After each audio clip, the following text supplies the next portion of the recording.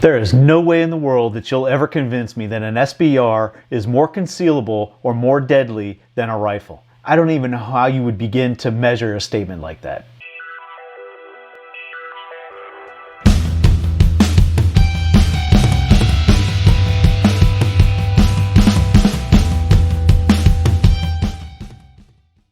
Hey guys, it's Jeff and welcome to my channel. Real quick, this is going to be a long video and I'm going to cover a lot of material. So if you could help me out, give me a like and a sub, check me out on my other social media platforms, would be a big help. Also, I post discounted firearms deals on MeWe and I'll have a link to that channel or that page in the description below. So if you could check me out over there, another opportunity for you to save some money and to support this channel. So I also want to give a big congratulations to Texas. Congratulations, Texas. This has been a very fruitful session of Congress. We've gotten 3 major pieces of legislation pushed through the state of Texas. We are now a constitutional carry state. We're a 2A sanctuary state, and the biggest one, but I still think needs to work its way through at least some legislative action. But that's going to be the Texas-made suppressors not requiring an NFA registration. I think that's a big one. That could be huge.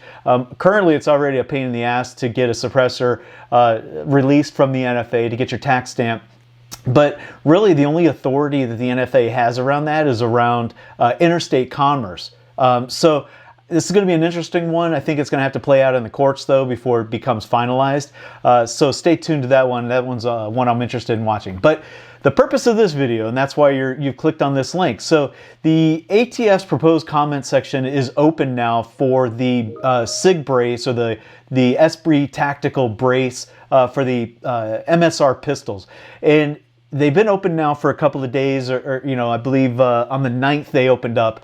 And comment period is open, so it's a good time for people to get in there and start letting the ATF know that you oppose this effort by the ATF to create new restrictions and new expansions to the NFA. It's not something you support. Now I'm going to cover some items here.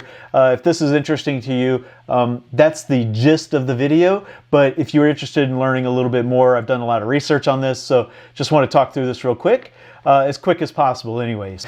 The NFA, the National Firearms Act, was created in order for the federal government to impose a tax on items that they wanted to control, monitor, manage, maintain, etc., etc. So the NFA is just a taxing mechanism for the federal government in order for them to recover a proceed and a registration that they can tie back to an owner, right? So it's a quasi-registration, quasi-tax revenue generating event.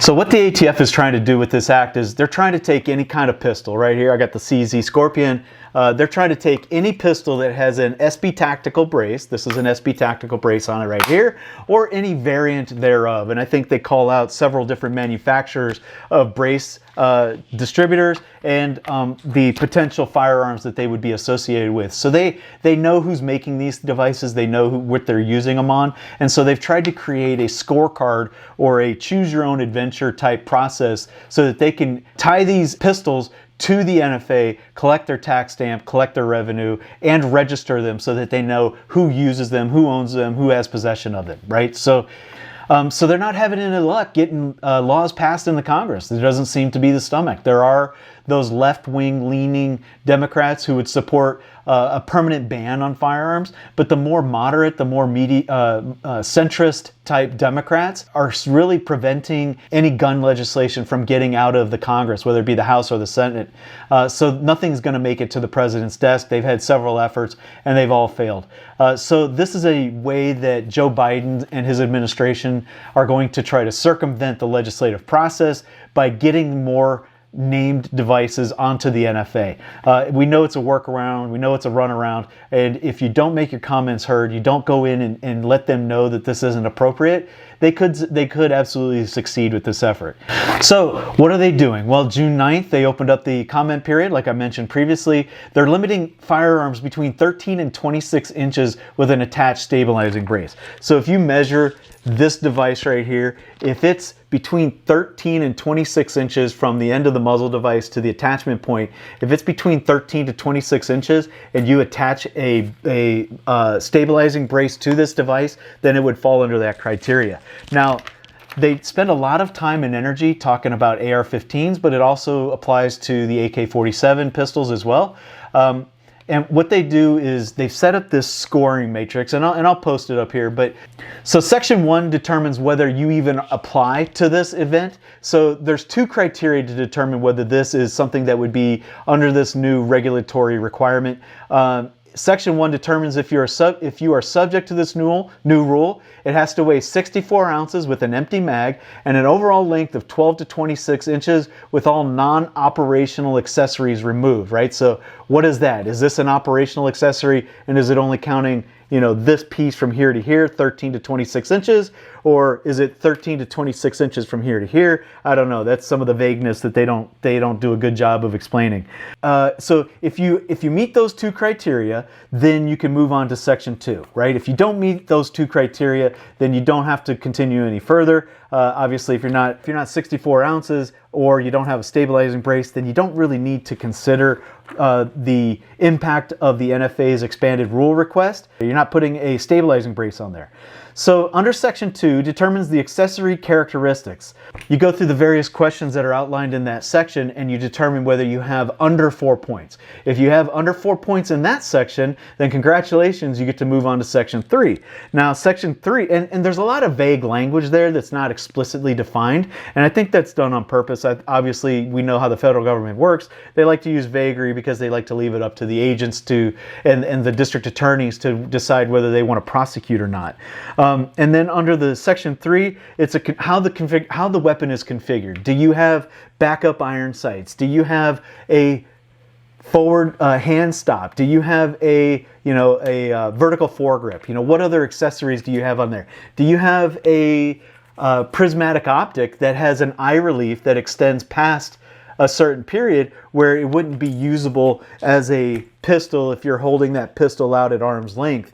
Other things too, like what is the width of the stabilizing brace? Does the brace completely encircle your arm, or is it only a partial brace, like on the tail hook? Does it have Velcro? Does it only have partial Velcro? Does it have no Velcro? Those are all factors that they're factoring into this whole this whole scorecard process that they're putting together. So I have a link to the entire rule changing PDF in the description below. It's an interesting read if you're into that kind of thing, the legalese of how they come to these conclusions. But like I said, this opened up June 9th. It's running for 83 more days. As of the filming of this video, there's 44,600 comments on their proposed rule changing website. So I really would like to encourage everybody to get involved.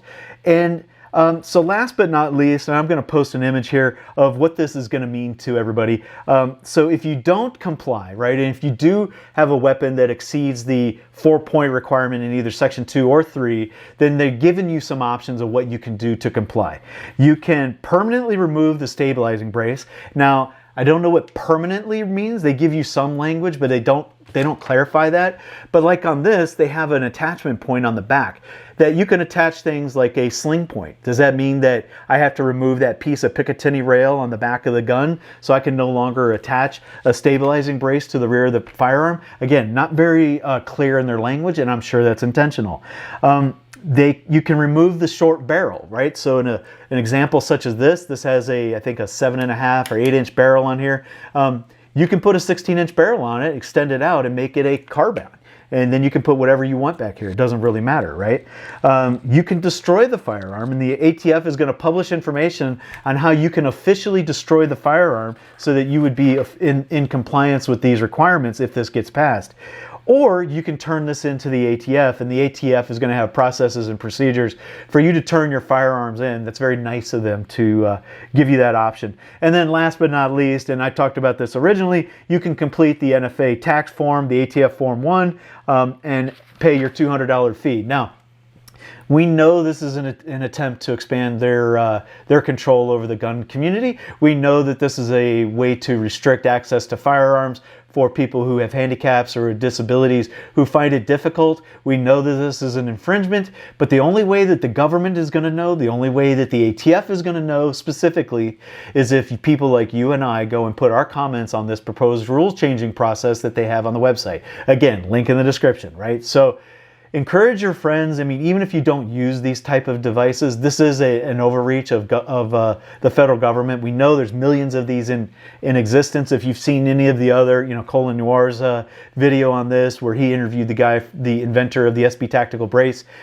you know that there's millions of these that have been sold, right? So, and it's not just the SB Tactical. There's others. Strike Industries makes one. Magpul just came out with a couple. So there's a lot of companies that are manufacturing these devices, and they make the firearms more usable. They also make them safer to use, right? We all know that the more contact points you have on a firearm, the safer that you are with that firearm on hitting what it is you're aiming at, right? So if you can aim at what you're shooting at, you're going to be a safer shooter. And if you can take something like this and create another attachment point or another contact point with your body, even if you're shooting it one-handed, having two contact points on this firearm is going to make you more accurate with it. And you're responsible for every bullet that leaves the barrel of this gun. You want to be as accurate as possible. So we know that the NFA rules around SBRs is a big waste of time, but it's been a money generating effort for them. And there's 5,000 employees that have to justify their income.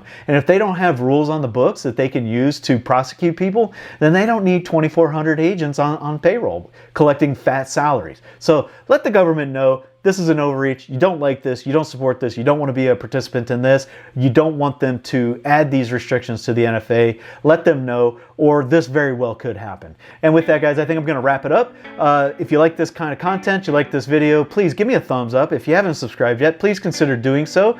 Check me out on my other social media links. Their links are going to be in the description below. I do post affiliate links on my MeWe page and sometimes on my Facebook page. So please check me out there if you haven't followed me yet. I'll have those links down there. And until next time, guys, stay safe, stay vigilant, stay active, stay in the fight. Make your comments on this ATF proposal, and also check the other one out. This is on the brace, but there's another one up there on serial numbers. I encourage you to make comments on that one as well. And until next time, guys, I'll see you later. Stay safe. See ya. Bye.